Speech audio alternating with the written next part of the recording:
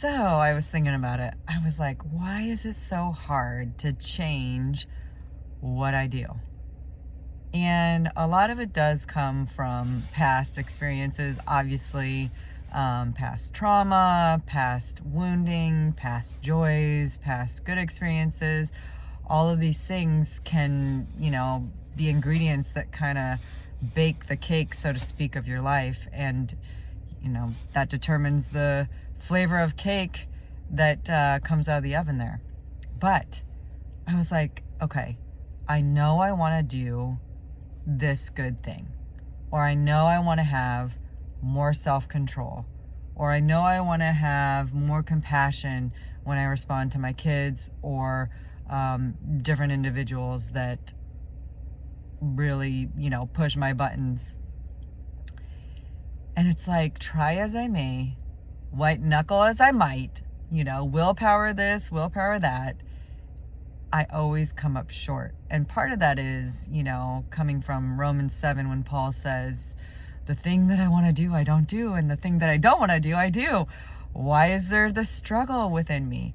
Obviously, we need to give it to the Lord, and we need to renew our minds on a daily basis in Christ Jesus. And that brings me to my point this morning is we have to change our thoughts. When our kid says something that might be a name, might be rude, might be disrespectful, when a loved one says something that might be rude, disrespectful, hostile, how can we change our thoughts about that event so that we can show up differently and do the thing that we want to do and not fall into the trap of what we've always done and maybe reacting, overreacting, not being kind, not sharing the light and the love of Jesus Christ. And so really it comes down to our thoughts, because our thoughts define our beliefs, and our beliefs determine our actions. So if I'm thinking that my kid is just disrespectful, now I have a confirmation bias, and my brain goes to work and it tries to find all the things that can confirm this bias for me.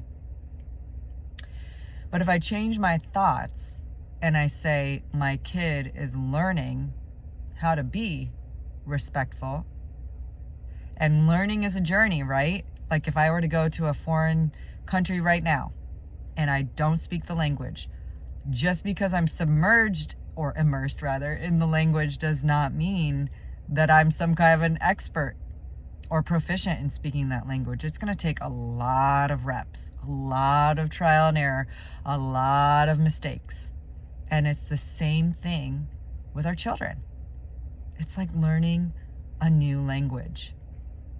And I think we become insensitive to that, or should I say desensitized to that, because we already know the language. We already know what it is to adult. And we forget that our kids are just starting out on this journey. They're just starting out learning this new language. And so we can offer them grace and compassion when we change our thoughts about their behavior. Until we change our thoughts about their behavior, we will have the same beliefs, and those beliefs drive our actions. So if we have judgmental, critical, fault-finding thoughts, our beliefs are going to follow suit, and then our actions are not going to be very kind. If our thoughts are ones of compassion and understanding and patience, then our beliefs are going to be following suit. Our beliefs are going to be our kids are learning. We also were learning. I can think of so many mistakes I made as a small child, going all the way up to adolescence and then young adulthood. And I think if we're honest with ourselves, we all can find those mistakes in our journey. And so when we change our thoughts, we change our beliefs, and then our actions will follow suit. I hope that this has blessed you today. I hope that you stay in the Lord, renew your mind in Christ Jesus, listen to what He says over what the world says. God bless.